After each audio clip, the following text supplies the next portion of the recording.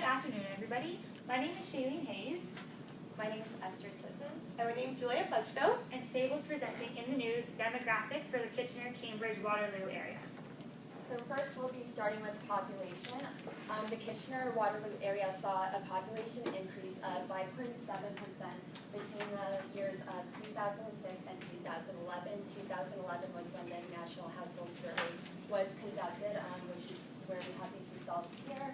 So as you can see, the male population is a little lower than the female population in this case. I tried condensing as much as possible the age groups. On the survey, they were much more segmented, so I condensed them in terms of life cycles and lifestyle needs within these ages. So from 0 to 9 minorities, they were a huge population, which makes sense. If new families, they have children, they probably want or are planning to start new families, they may tend to move to quieter suburban cities and start a family there. From 15 to 19, that's where it was the most consistent in terms of population for males and females. They tended to stay around the 6,000 range. This makes sense because a lot of people tend to leave their neighborhoods or cities to complete their high school education, grade 9 to 12.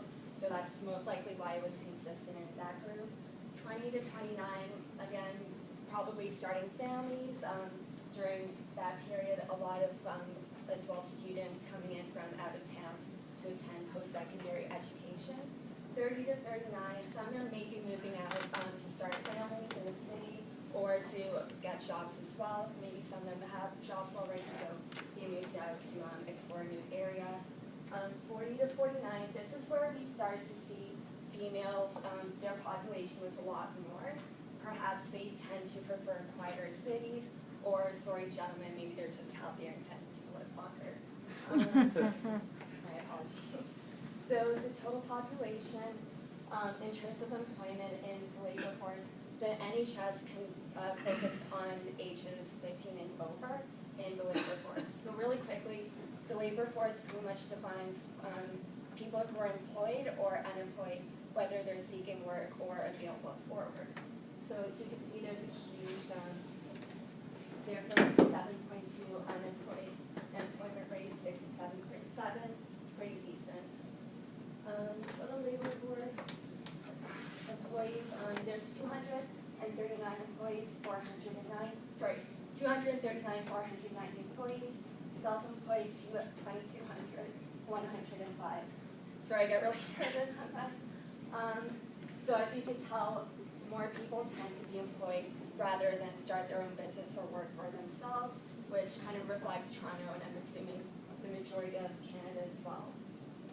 The total labor force population, age 15 years and older by occupation, is 267, 460 for both industries and occupations. So again, I try to narrow it in terms of like reflecting the majority of the population. So a lot of these, under this, it was like maybe 6,000 or below, that was for arts and entertainment and like natural resources. So as you could tell, these industries are more technical, require more technical skill, sales and services, business finance, more commerce runs their economy. Top industries, again, manufacturing, retail, trade, a lot of the technical stuff that involves conjunction within like commerce, trades, transportation, logistics.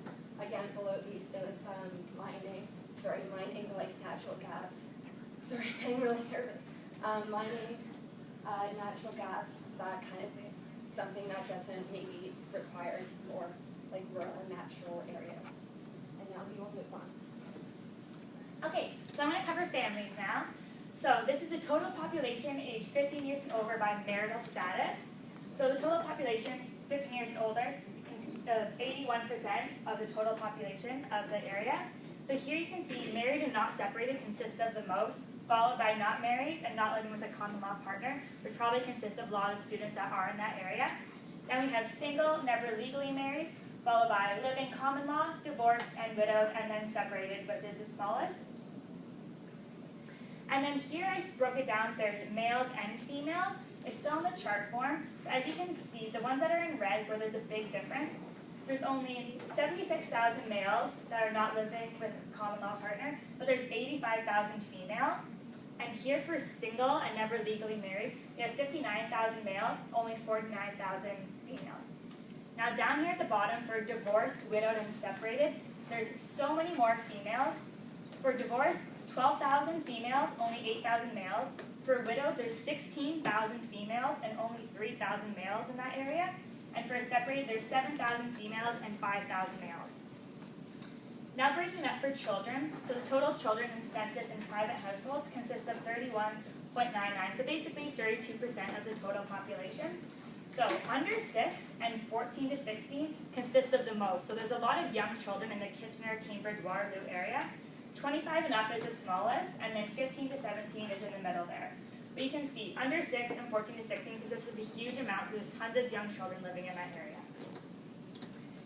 Then here for education, the total population aged 15 years and over by high certificate, diploma, or degree. This does include high school diplomas, but that's still 80.40% of the total population, which is a huge part of the population. And then down here for total population that has any kind of degrees post-secondary, it's still 54% of the population, which is a huge chunk. And they have Laurier and the University of Waterloo there, which are 2 universities, and then of course Conestoga College. So a lot of the population in that area does have a post-secondary degree.